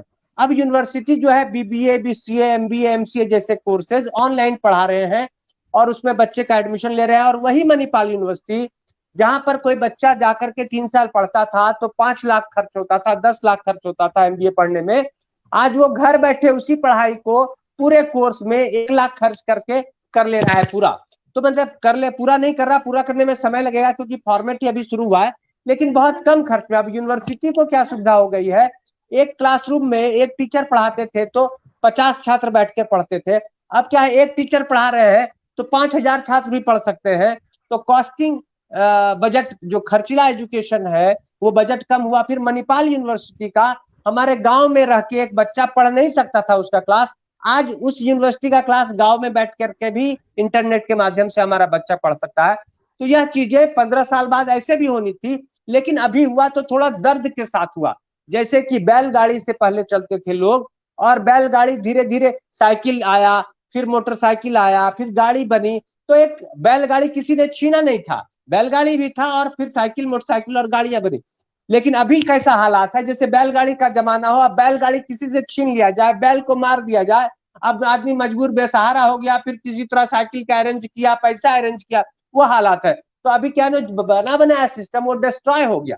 वो ऐसा नहीं हुआ बैलगाड़ी भी और धीरे धीरे लोग शौक से, धीरे धीरे ट्रांसफॉर्मेशन नहीं हुआ, अचानक से जबरदस्ती ट्रांसफॉर्मेशन कोरोना के कारण होना पड़ा, जिसका दुख दर्द झेलना पड़ा। और एक नई शुरुआत भी लेकिन इसमें हमने देखा है कि ऑनलाइन एजुकेशन के कारण कई तरह के बदलाव हो रहे हैं। एक एजुकेशन पहले था कि अगर देहरादून बच्चा जाएगा स्कूल में पढ़ने तो बहुत अच्छी पढ़ाई है, उसके लिए देहरादून ही जाना पड़ेगा। लेकिन अभी क्या है, पटना में बैठ के देहरादून वाले क्लास को अटेंड किया जा सकता है, लाइव क्लासेस को अटेंड किया जा सकता है। निश्चित ही वह प्रभाव क्षेत्र नहीं होता है क्लासरूम एजुकेशन के जैसा, क्योंकि जब गुरु के साथ शिष्य रहता है, जो परंपरा नालंदा की थी और जो रेशियो बनाया गया है स्टूडेंट और टीचर का कि 1:5 student, 1 teacher is to 12 student, ऐसा जो रेशियो अलग अलग बनाया गया है, उस रेशियो में ये होता है कि शिक्षा के नॉलेज जो विषय है, विषयों के नॉलेज के साथ साथ शिक्षक के चरित्र का प्रभाव भी छात्र पर होता है, और वह चरित्र निर्माण का कार्य भी शिक्षक साथ साथ कर रहा होता है, जिसकी संभावना कुछ कम जाएगी और काफी कम सकती है ये जो ऑनलाइन एजुकेशन है उसमें। और जो शारीरिक विकास था, स्कूल जब बच्चे जाते थे, आप ख्याल करिए पहले लोग पैदल जाते थे, अभी अगर स्टूडियो में आना पड़ता आपके तो हम लोग अपने कोई साइकिल से, कोई मोटरसाइकिल से, कोई गाड़ी से आपके स्टूडियो पहुंचते, फिजिकल काम भी करते, साथ साथ आपके लिए स्क्रीन पर वक्तव्य देने के अलावे फिजिकल भी कुछ काम होता है इस पूरे गतिविधि में। लेकिन अब क्या है, ऑनलाइन में हम फिजिकल कुछ काम नहीं कर रहे हैं, तो फिजिकल डेवलपमेंट छोटे बच्चों का कैसे होगा, वो जरूरी है।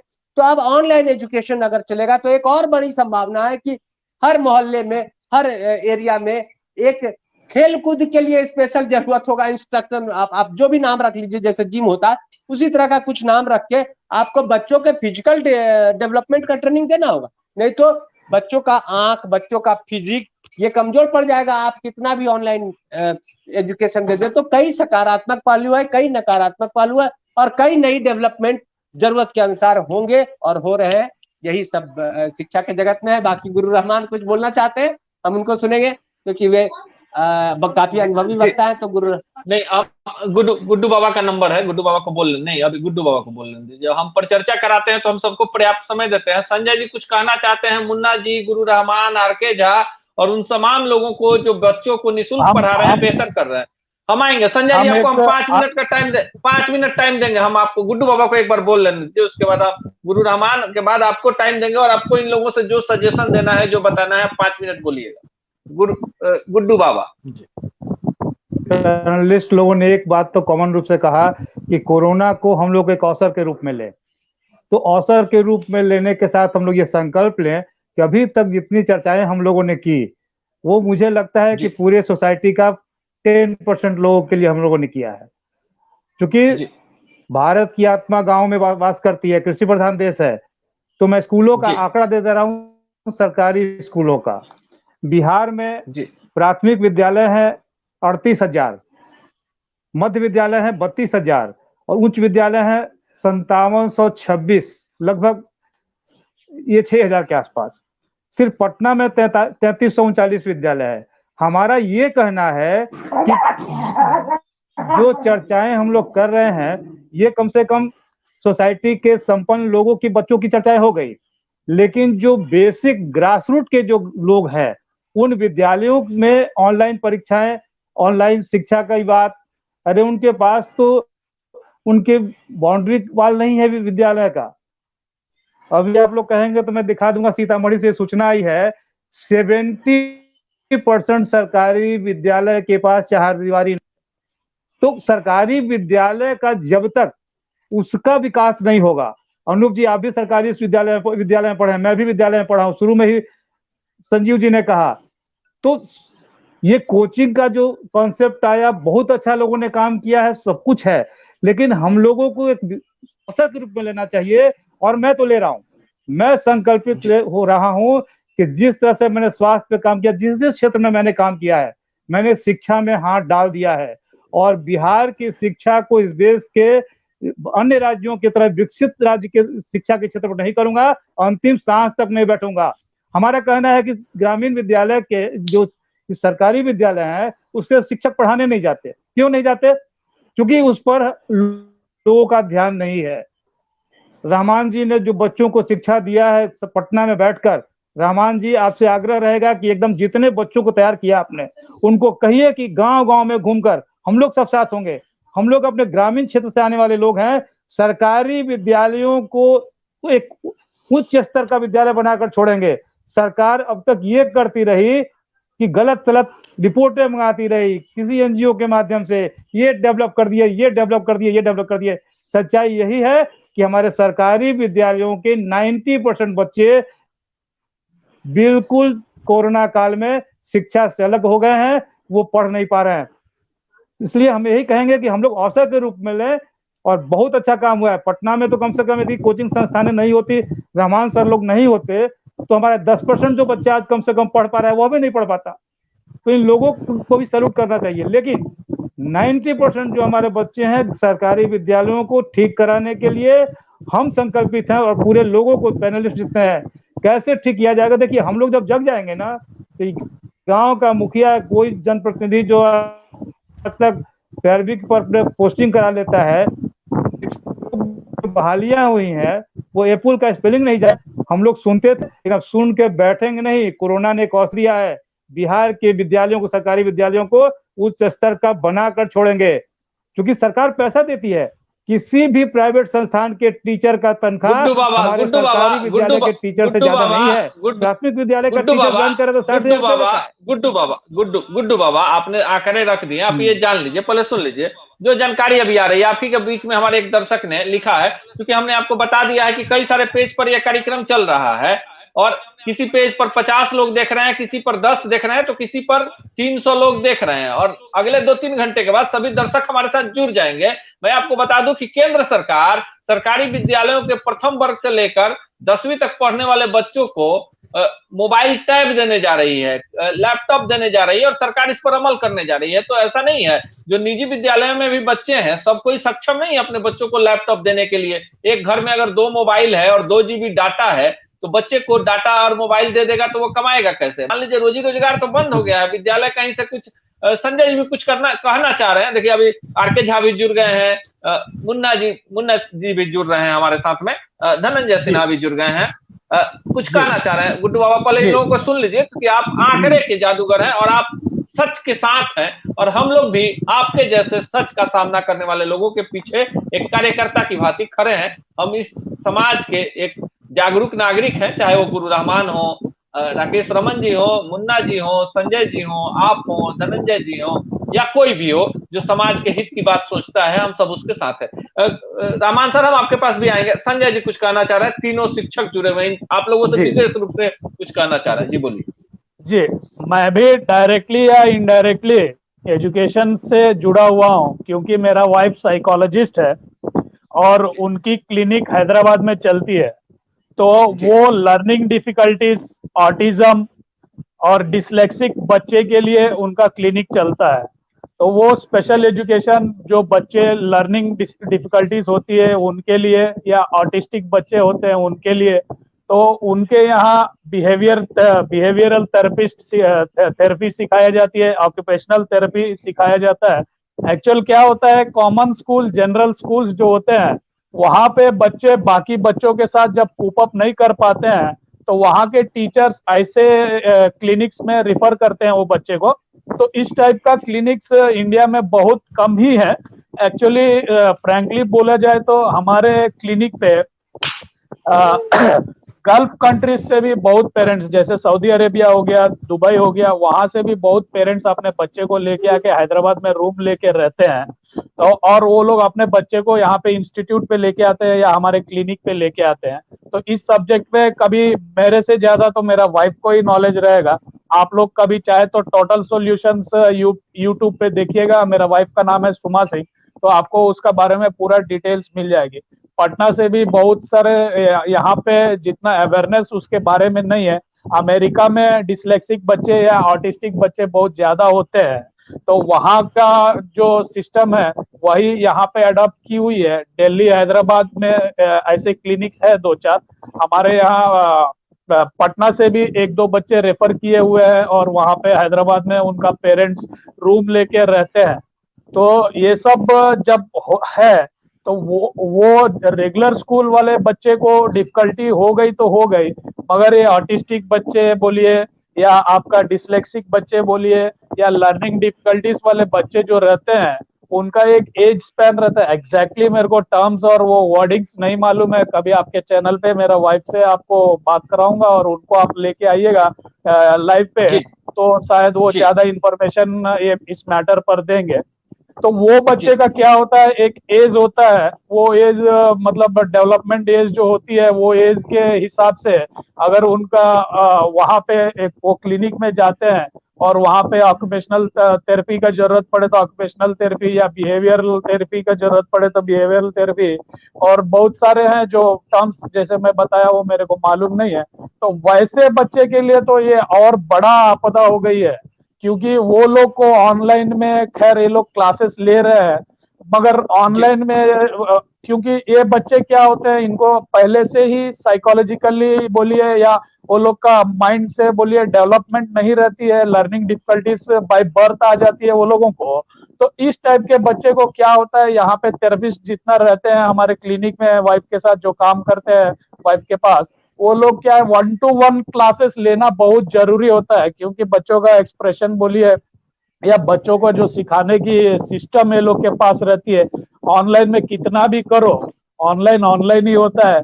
फिजिकली बैठा के 1-to-1 लेना बहुत बड़ी बात होती है। जी अनुप जी, यही इन्फॉर्मेशन मैं शेयर करना चाह रहा था। गुरु रामान के पास जाएंगे। आर के झा जी आपके पास भी आएंगे। अब बीच में आपसे संपर्क भंग हो गया था, अभी पहला ही राउंड चल रहा है और 1 घंटे का समय पूरा हो गया। देखिए ऑनलाइन है तो अब नेट की समस्या भी है। जैसे मान लीजिए बच्चे मोबाइल से पढ़ते हैं और आपके किसी के घर में 20 मोबाइल नहीं होता है। अब गुरु रामान के घर में 2 बच्चे हैं और दोनों पटना के प्रतिष्ठित विद्यालयों में पढ़ते हैं, तो 2 लैपटॉप नहीं हो सकता है, 1 लैपटॉप होगा। तो अगर बेटा लैपटॉप से पढ़ेगा तो बेटी के लिए भी लैपटॉप चाहिए। 2 लैपटॉप हो गया।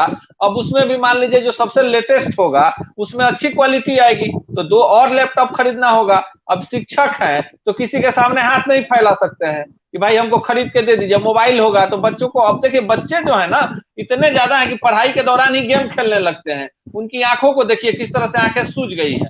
हम लोगों की मजबूरी है कि जिंदगी की जद्दोजहद लड़ते हुए इस सिस्टम में हम लोग लड़ रहे हैं और अपने वजूद को बचाए हुए हैं और दर्शकों का प्यार स्नेह भी मिल रहा है। गुरु रामान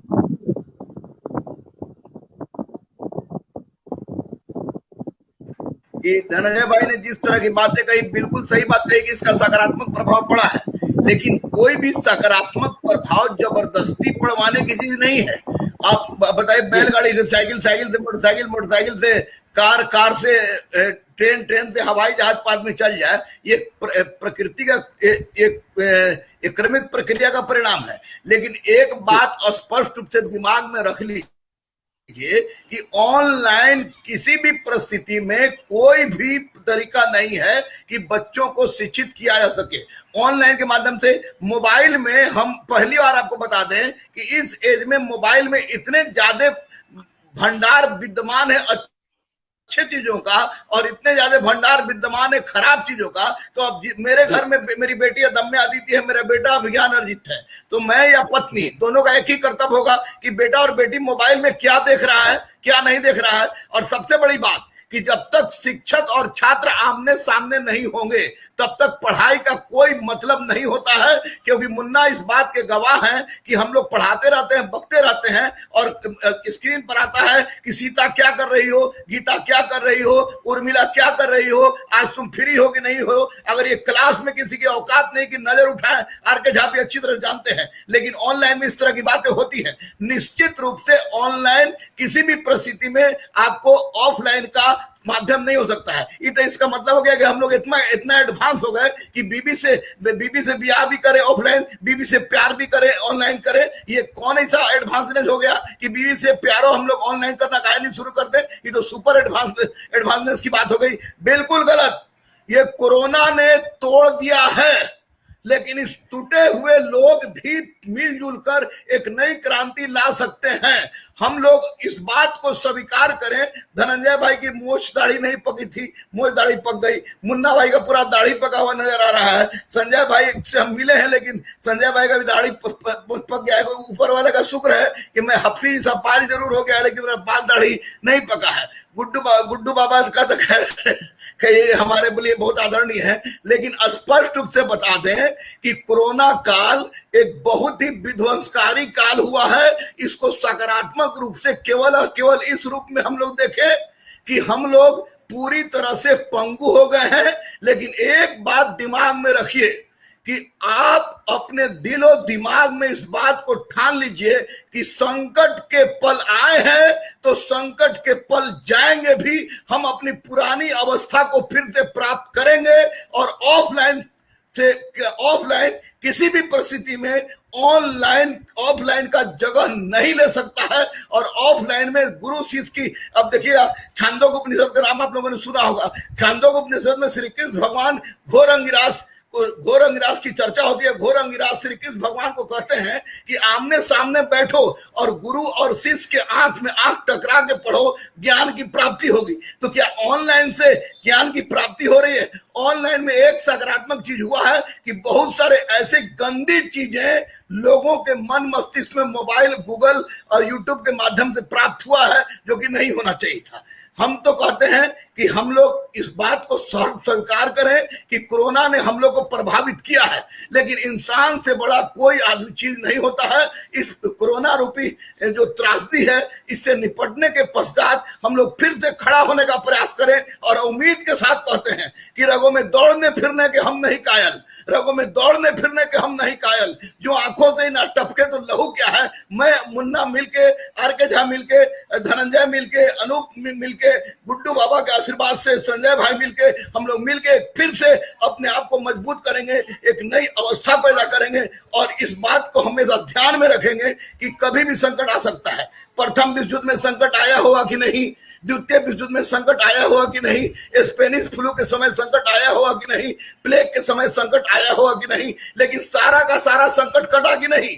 और इसी तरह कोरोना रूपी संकट का भी अंत होगा और हम लोग निश्चित रूप से उस अवस्था को प्राप्त करेंगे। रही बात बिहार के गुड्डू बाबा की, इस बात को मैं सैल्यूट करता हूं कि इस ऑनलाइन से केवल 5 से 10% बच्चे लाभान्वित हो रहे हैं, वो भी आधा अधूरा। 90 से 95% बच्चों को किसी भी प्रकार की सुविधा नहीं है। अरे खाने का खाना नहीं है, हम लोग बांटने जाते हैं तो देखते हैं खाने का खाना नहीं है और चकचुक मोबाइल लेकर चलेगा, बिल्कुल गलत बात। ऑनलाइन गलत है, ऑफलाइन बिल्कुल सही है। और भगवान से मनाइए कि कोरोना की त्रासदी का जल्दी से जल्दी अंत हो और हम लोग ऑफलाइन वाली अवस्था में आए और बच्चों को फिर से उसी अंदाज में शिक्षा देना प्रारंभ करें और एक नए बिहार, नए भारत का निर्माण करें। अगर बच्चा जिस दिन शिक्षित हो गया, वो मुखिया, सरपंच, विधायक, एमपी और मंत्री की क्या औकात है। आज ऑनलाइन के माध्यम से जाति का नाम लेके, पार्टी का नाम लेके, धर्म का नाम लेके हम लोग तरह तरह की बात कर देते हैं, लेकिन यह मजाल है कि ऑफलाइन में इस तरह की बात होगी, नहीं होती है। इसलिए ऑनलाइन गलत है, इसको सकारात्मक रूप से देखना केवल और केवल इसलिए है कि अभी हम अनूप से, धनंजय जी से, राकेश रमन सर से, मुन्ना सर से, आर.के. झा सर से, गुड्डू बाबा सर से, संजय सर से सामने बैठ के बात कर ले रहे हैं। ये ऑनलाइन के लिए ठीक है, पत्नी से बात करना हो तो ऑनलाइन से बात कर लेंगे, लेकिन ऑनलाइन से बात करने का मतलब ये नहीं है कि पत्नी को छू भी सके। इसका मतलब कि ऑनलाइन किसी भी परिस्थिति में उचित नहीं है। भगवान से मनाइए और अपने आप को मजबूत कीजिए। हम लोगों ने खोया महेश मिश्रा को, हम लोगों ने खोया आपको रफी को, हम लोगों ने खोया आनंद राज को, हम लोगों ने खोया डॉक्टर प्रभात को, हम लोगों ने खोया डॉक्टर अग्रवाल को, हजारों आदमी को हम लोगों ने खो दिया इस कोरोना काल में। हम लोग सबक लें, इंसान को पहचाने और इस बात को स्पष्ट करे कि मनुष्यता से बड़ा कोई धर्म नहीं है। अब कोरोना ने कम से कम इतना तो सिखा ही दिया कि मनुष्य की सेवा सबसे बड़ी सेवा है, और साथ ही साथ यह भी बता दिया कि केवल सिस्टम नहीं, अभी तो चंद दलाल, चाहे दवाई के दुकानदार हो, चाहे आपको ऑक्सीजन सिलेंडर हो, एम्बुलेंस वाला हो, या जमाखोरी करने वाले चंद दलाल भी हमारे समाज में गिद्ध के जैसे बैठे हैं। मैं तमाम अपने बेटी और बेटों से जो ऑफिसर के पद पर तैनात हुए हैं, उनसे अब यही कहूंगा कि इन जमाखोरों और दलालों को कड़ा से कड़ा सजा दे। निश्चित रूप से गुड्डू बाबा का आशीर्वाद हमारे साथ है, धनंजय जैसा मित्र हमारे साथ है, मुन्ना जैसा छोटा भाई हमारे साथ है, आर.के. झा जैसा मित्र हमारे साथ है। तो हम लोग नया क्रांति फिर से लाएंगे और ये संकट के बादल फिर से छटेंगे और हम लोग पुरानी अवस्था को प्राप्त करेंगे। चलिए थोड़ा सा धनंजय जी की बारी है, लेकिन गुड्डू बाबा का सुन लेते हैं। माहौल थोड़ा सा अब थोड़ा सा राष्ट्रवादी हो गया, माहौल पूरा राष्ट्रवादी हो गया है। गुड्डू बाबा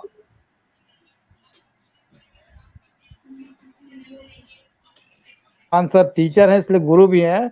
मैं उम्र में जरूर बड़ा हूँ, लेकिन ये जो कार्य करते हैं, बच्चों को शिक्षा देते हैं, इसलिए महागुरु हैं।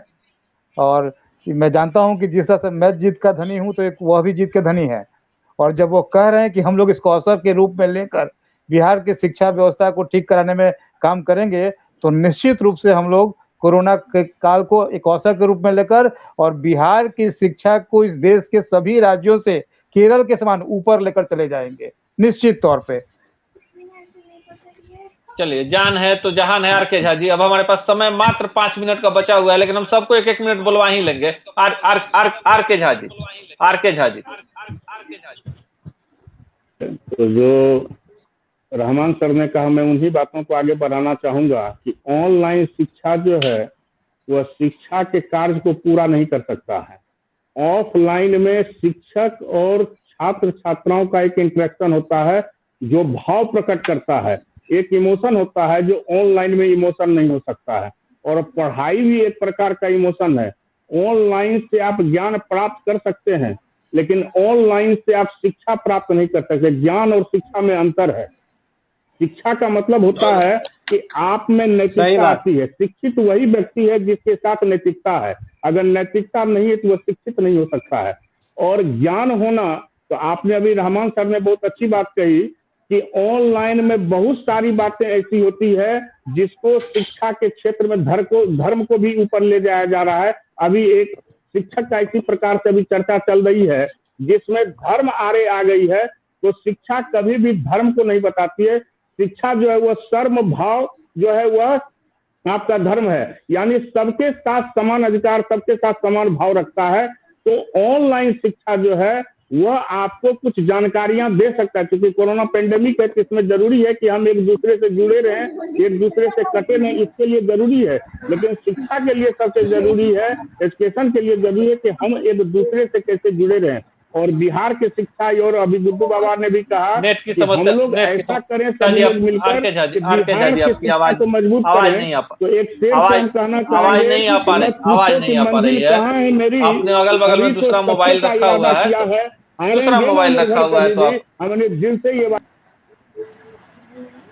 समस्या आ रही है। थोड़ा सा चलेंगे, सबको 1-1 मिनट का समय दे देते हैं। मुन्ना जी आखिरी 5 मिनट बचे हुए हैं, 4 मिनट। मुन्ना जी।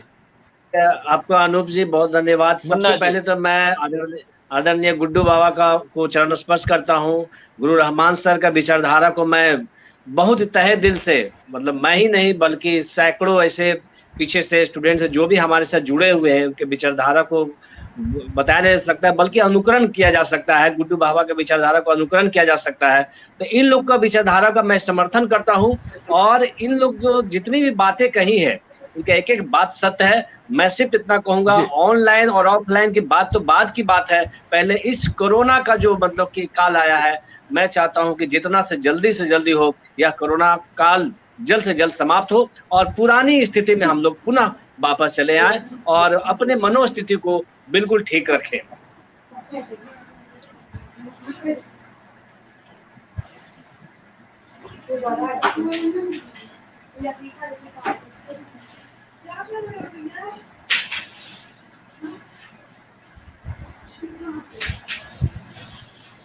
जी, कई कनेक्शन इंटरनेट से के कारण बाधित हो गए हैं।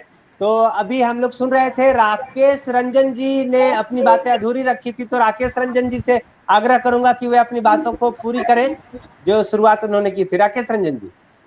जी देखिए, मिनट से 2 मिनट बहुत सारी हम लोग एक्चुअली विषयांतर हो गया, क्योंकि कोरोना का आपदा ऐसा है कि हर तरफ समस्याएं हैं।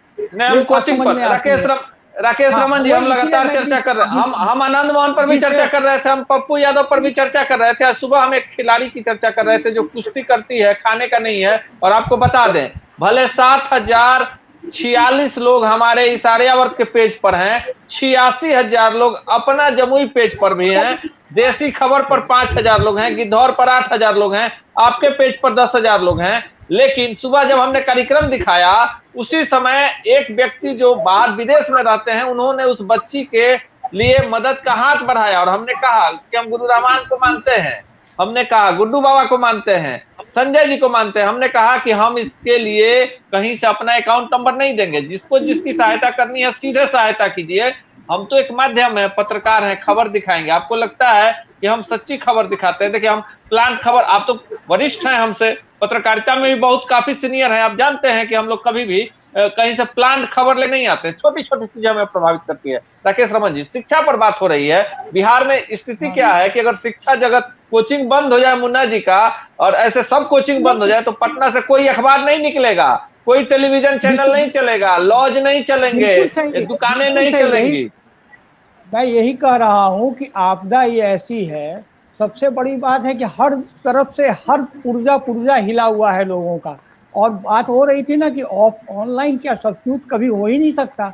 ऑनलाइन का पढ़ाई तो मेरे जैसा विद्यार्थी जो कभी रहा है कह सकते हैं कि टेक्स्ट बुक का पढ़ाई है स्कूल सामने बैठ के पढ़ना, और ऑनलाइन का पढ़ाई है गेस्ट पेपर पढ़ के परीक्षा दे दे।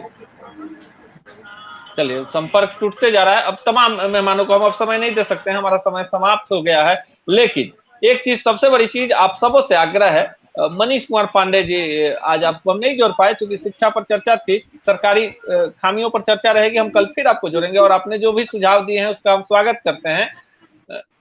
गुरु के सामने गए बगैर संपूर्ण ज्ञान की कल्पना, बहुत अच्छी बात है कि आप गुरु रहमान की बातों का समर्थन कर रहे हैं। गुड्डू बाबा हैं, सब लोग वरिष्ठ लोग हैं। हम आप सबों से आग्रह करते हैं कि अपने इर्द गिर्द जिस तरह से गुरु रहमान काम कर रहे हैं, संजय जी काम कर रहे हैं, आरके झा भी काम कर रहे हैं, मुन्ना जी काम कर रहे हैं, विकास चंद्र गुड्डू बाबा काम कर रहे हैं, आप भी अपने घर के इर्द गिर्द कोई अगर मजबूरी का मारा कोरोना के काल में बदहाल आदमी है, बिना हल्ला गुल्ला के, बिना किसी को बताए आपके द्वारा 500,000 रुपए का दिया गया सहायता राशि भी उस आदमी को जीने की ललक पैदा कर देगा। वैक्सीन लीजिए, साबुन का इस्तेमाल कीजिए, सैनिटाइजर का इस्तेमाल कीजिए, मास्क का इस्तेमाल कीजिए, हौसला बनाए रखिए, किसी भी तरह की भ्रम में मत रहिए और न ही डरिए। मौत को तो आना है, ये कोई नहीं रोक सकता, ये सत्य है। लेकिन एक योद्धा की भांति लड़ते लड़ते मरना, एक वीर गति को प्राप्त करना होगा, चाहे वो लड़ाई सरहद पर हो या कोरोना से हो। हम दूसरे को हौसला देकर मरेंगे और हम लोग इतनी जल्दी मैदान छोड़ने वाले लोग नहीं हैं। हम सभी एक दूसरे के प्रेरणा स्रोत हैं और मुट्ठी भर लोग मिलकर, जब 5 लोग मिलकर पूरे महाभारत की लड़ाई को जीत सकते हैं तो 5 हिम्मती लोग किसी भी बड़ी व्यवस्था को हिला सकते हैं। हम पप्पू यादव के भी मामले को लेकर आए, आनंद मोहन के भी मामले को लेकर आए, और जो भी समस्या होगी और कोचिंग संस्थानों को लेकर अब अगली जो भी परिचर्चा हमारी होगी, निरंतर हम कोचिंग संस्थानों को लेकर परिचर्चा करेंगे। और गुरु रहमान होंगे, मुन्ना जी होंगे, संजय जी होंगे, मनीष पांडे होंगे, विकास चंद्र गुड्डू बाबा होंगे, आरके झा होंगे और तमाम लोग होंगे। आज जितने भी लोग हमारे साथ जुड़े, जिन लोगों को हम नहीं जोड़ सके उन सबसे हम माफी मांगते हैं। कल हमारे साथ कई सारे कलाकार होंगे। कल रात के 8 के 9 बजे बॉलीवुड की मशहूर अभिनेत्री हमारे साथ, उनके साथ हमारी बातचीत होगी, उसको देखिए। कल हमारे साथ दोपहर में 2 से 3 के बीच होंगे दरौदा से भाजपा के विधायक कर्णजीत सिंह उर्फ व्यास सिंह। हमारे साथ एक कलाकार होंगे 1 बजे, उनका नाम अभी हम नहीं पढ़ पा रहे हैं डिस्प्ले पे, बहुत अच्छा गाना गाते हैं। बहुत सारे लोग आ रहे हैं और ये आप सब तमाम दर्शकों का प्यार स्नेह दुलार है। इसी तरह हमारे साथ बने रहिए, सही जानकारी देंगे और हौसले को बनाए रखिए। आज जितने भी लोग जुड़े सबको पूरे टीम के तरफ से बहुत बहुत धन्यवाद।